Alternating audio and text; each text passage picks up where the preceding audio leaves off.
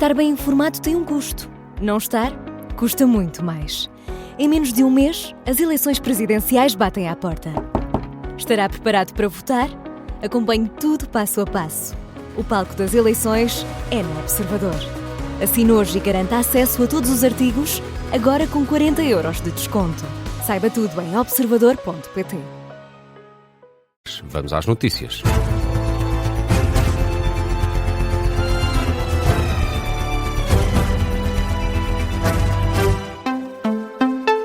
Jornal das 4 com o Miguel Videira. Miguel, ainda decorre a reunião do Conselho de Estado convocada por Marcelo Rebelo de Sousa para analisar a situação na Ucrânia e na Venezuela. Começou, passavam 10 minutos das 3 da tarde. Estão presentes todos os conselheiros, à exceção de Pedro Nuno Santos, que entende que, como já não é secretário-geral do PS, não faz sentido participar na reunião do órgão consultivo do Presidente da República. Quem marca presença são dois dos candidatos à presidência, Luís Marques Mendes e André Ventura. Facto que continua a motivar as críticas do também Presidente do Chega. Sim, André Ventura voltou a questionar esta sexta-feira a oportunidade da reunião do Conselho de Estado. Mas certamente que vou dar nota de duas coisas. Da inoportunidade de um Conselho de Estado no meio de umas eleições presidenciais, que não tem uma justificação, que não seja colocar o Presidente da República em exercício no centro do debate político. E dois, obviamente que vou dizer a Marcelo Rebelo de Sousa que aquilo que aconteceu nos últimos dias em Portugal, em termos de saúde, mereceriam e teriam merecido uma ação firme do Presidente da República. As duas críticas de André Ventura, que têm como alvo Marcelo Rebelo de Sousa. Marques Mendes, como aqui já referimos, também participa nesta reunião do Conselho de Estado. Antes de rumar a Belém, almoçou com Carlos Moedas. Um almoço com autarcas de Lisboa, Sintra e Cascais. Carlos Moedas foi o porta-voz informal dos três presidentes de Câmara eleitos pelo PSD. E para elogiar Marques Mendes, pois claro, à entrada para o almoço, o Carlos Moedas rejeitou que o eleitorado da AD esteja dividido no apoio a Marques Mendes. Não acho que está dividido. Eu penso que é muito claro para o eleitorado da AD aquilo que é Luís Marques Mendes, aquilo que ele representa. Mas Luís Marques Mendes não é um candidato da AD, é apoiado pela AD. É um candidato que tem votos à esquerda e à direita, mas tem esses votos naquilo que é hoje o mais importante, que são os moderados, que não é o político deste ou daqueles, mas o político que junta, que é o político do, como eu costumo dizer, do I, destes e dos outros, que junta as pessoas. Eu acho que não há nenhum candidato como ele. É o que diz o atual Presidente da Câmara de Lisboa, que recordou as sondagens negativas que teve quando da corrida à autarquia de Lisboa há 4 anos e serviu para distinguir os candidatos da dinâmica que cada campanha pode ter. Hoje aquilo que nós vemos é um populismo que cresce à direita e à esquerda, que cria personagens políticos que não têm qualquer experiência. A única experiência que têm é de falar, de dizer mal, de criar narrativas. Eu costumo dizer que há uma grande diferença entre fazer campanhas e governar.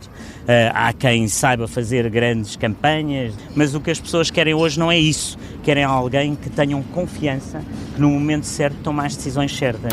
E Luís Marques Mendes é essa pessoa. É o que diz o Presidente da Câmara de Lisboa, num almoço com Luís Marques Mendes, em que estiveram também presentes os autarcas de Sintra e Cascais. António Filipe considera que há 5 candidatos do governo e um deles é António José Seguro. O candidato presidencial apoiado pelo PCP foi esta manhã confrontado com a carta enviada por João Coutinho Figueiredo a Luís Montenegro, em que se compromete a ser um aliado do governo a partir de Belém, se forem cumpridas uma série de condições. Ora, António Filipe diz que não fica surpreendido com esta iniciativa por considerar que Coutinho Figueiredo é um candidato do consenso neoliberal.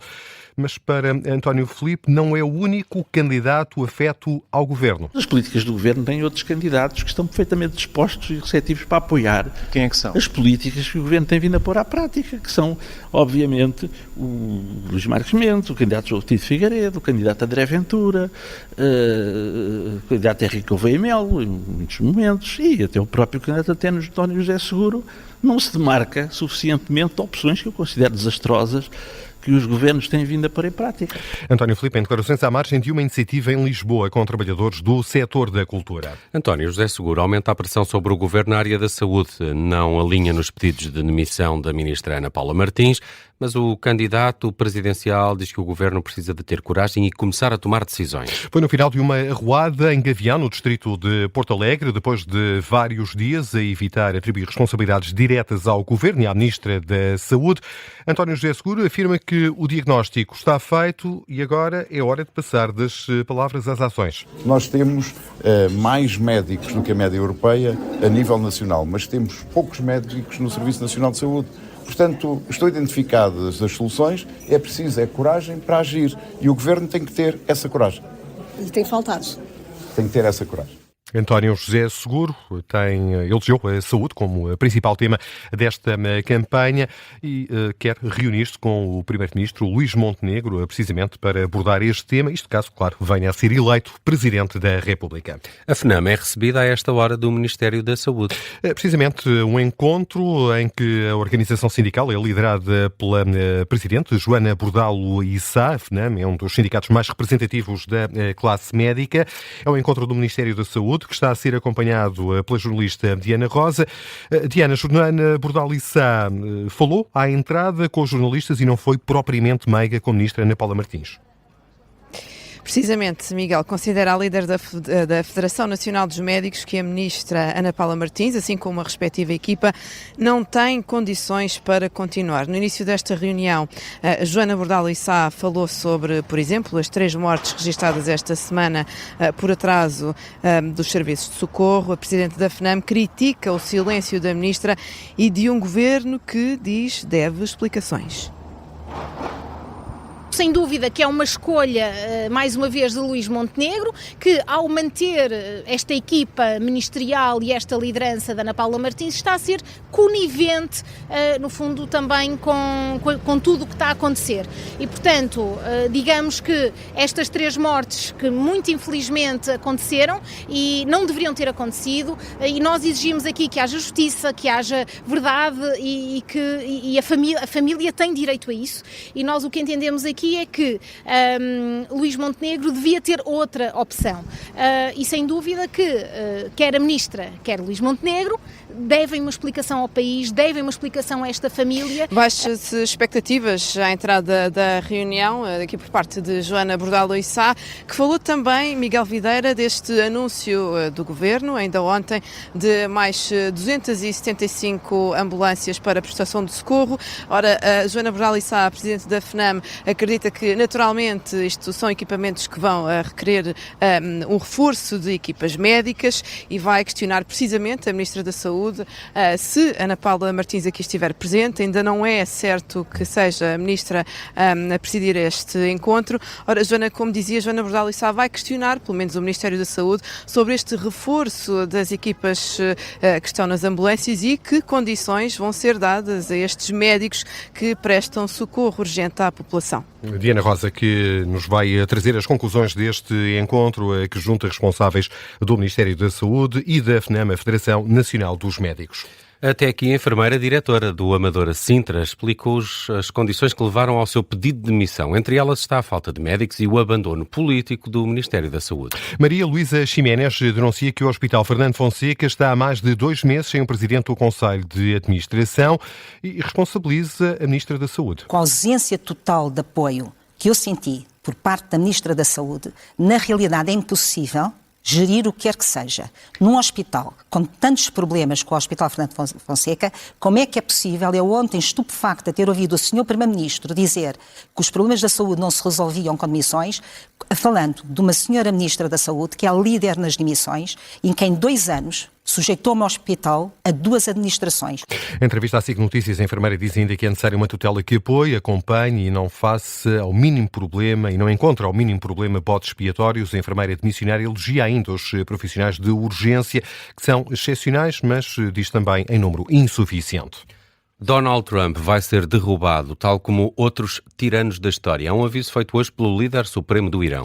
As declarações de Ali Khamenei foram transmitidas pela televisão estatal. O Ayatollah acusa os manifestantes de estarem a agir para agradar ao presidente norte-americano e garante que a República Islâmica não vai recuar perante os sabotadores, numa referência aos protestos contra o regime que entram hoje no 13º dia consecutivo. Entretanto, o presidente dos Estados Unidos recusou um encontro com o autoproclamado príncipe príncipe herdeiro do Irão.